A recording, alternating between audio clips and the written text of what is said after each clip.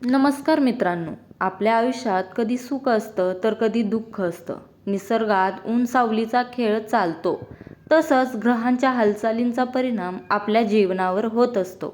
17 April 2026 रोजी दर्श अमावस्या येत आहे. अमावस्या म्हणजे केवळ नकारात्मकता नव्हे, तूळ राशीसाठी हा काळ आत्मचिंतनाचा आहे. या दिवशी तुमची अंतर्ज्ञान शक्ती तीव्र असेल. जर तुम्ही एखाद्या मोठ्या प्रकल्प नियोजित करत असाल तर त्याचे सूक्ष्म आराखडे मांडण्यासाठी हा दिवस उत्तम आहे. तसेच आध्यात्मिक प्रगतीसाठी, ध्यानधारणेसाठी आणि मनातील नकारात्मक विचार काढून टाकण्यासाठी या दिवसासारखी दुसरी संधी नाही. जुन्या चुकांमधून बोध घेऊन नवीन सुरुवात करण्याची ही एक स्वच्छ संधी आहे. तूळ राशीच्या लोकांसाठी हा दिवस थोडा खास आणि तितकाच सावध राहण्याचा आहे. ही अमावस्या तुमच्या आयुष्यात नेमके काय बदल घडवून आणणार, काय काळजी घ्यायची, हे आपण अगदी सोप्या भाषेत समजून घेऊया. तूळ राशीचे लोक मनानं खूप साफ असतात. त्यांना सगळ्यांना सोबत घेऊन चालायचं असतं आणि आवडतं पण कधीकधी याच स्वभावांचा लोक फायदा घेतात.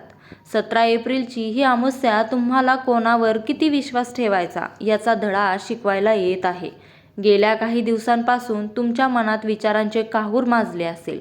मी इतकं करूनही मला फळ का मिळत नाही, किंवा नात्यांमध्ये दुरावा का येतो, असे प्रश्न तुम्हाला सतावत असतील. 17 एप्रिलच्या दिवशी हे विचार थोडे जास्त प्रबळ होतील. अमावस्येचा चंद्र तुमच्या राशीसमोर असल्यामुळे मानसिक अस्वस्थता जाणवू शकते. पण घाबरू नका, हा फक्त एका दिवसाचा खेळ आहे. काय वाईट घडू शकतं, सावध राहा. घरातील वाद, विनाकारण चिडचिड झाल्यामुळे जोडीदाराशी किंवा आईवडिलांशी खटके उडू शकतात. शक्यतो शांत राहण्याचा प्रयत्न करा. पैशांचे व्यवहार, या दिवशी कोणालाही हात उसने पैसे देऊ नका. ते पैसे परत मिळण्याची शक्यता कमी आहे. घाईत घेतलेले निर्णय, नोकरी सोडणे किंवा मोठा व्यवहार करणे या दिवशी टाळा. घाईत घेतलेला निर्णय भविष्यात नुकसान देऊ शकतो. काय चांगलं होणार आहे, सकारात्मक बाजू कोणती आहे? या अमावस्येला तुमची निर्णय क्षमता जरी थोडी कमी असली तरी तुमची भक्ती मात्र तुम्हाला साथ देईल. जुनी अडकलेली कामे मार्गी लावण्यासाठी मार्ग सापडेल. पण जर तुम्ही घराच्या स्वच्छतेकडे किंवा जुन्या वस्तू बाहेर काढण्याकडे लक्ष दिले तर मनाला एक वेगळीच शांती मिळेल. काय करावे आणि काय टाळावे हे करू नका. महत्त्वाच्या कामासाठी घराबाहेर पडताना कोणाशीही भांडून किंवा रागावून बाहेर पडू नका. मांसाहार टाळा आणि मन शांत ठेवा. हे नक्की करा.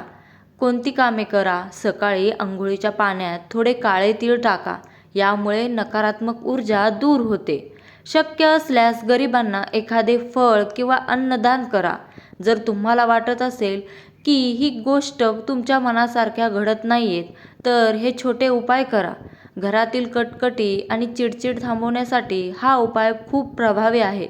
अमावस्येच्या दिवशी संध्याकाळी घराच्या कोपऱ्यात भीमसेनी कापूर आणि 2 लवंगा जाळा.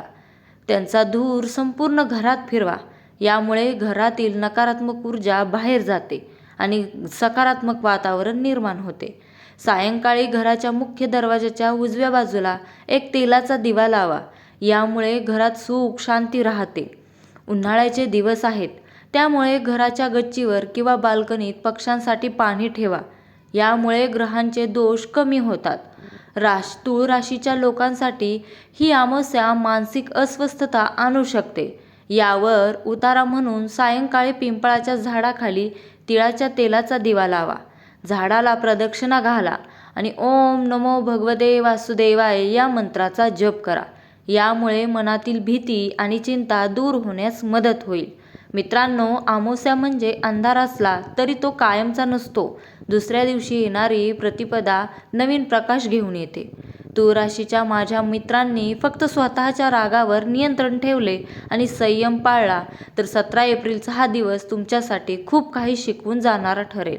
तुमचं आयुष्य सुखाचं आणि समाधानाचं जावो, हीच सदिच्छा.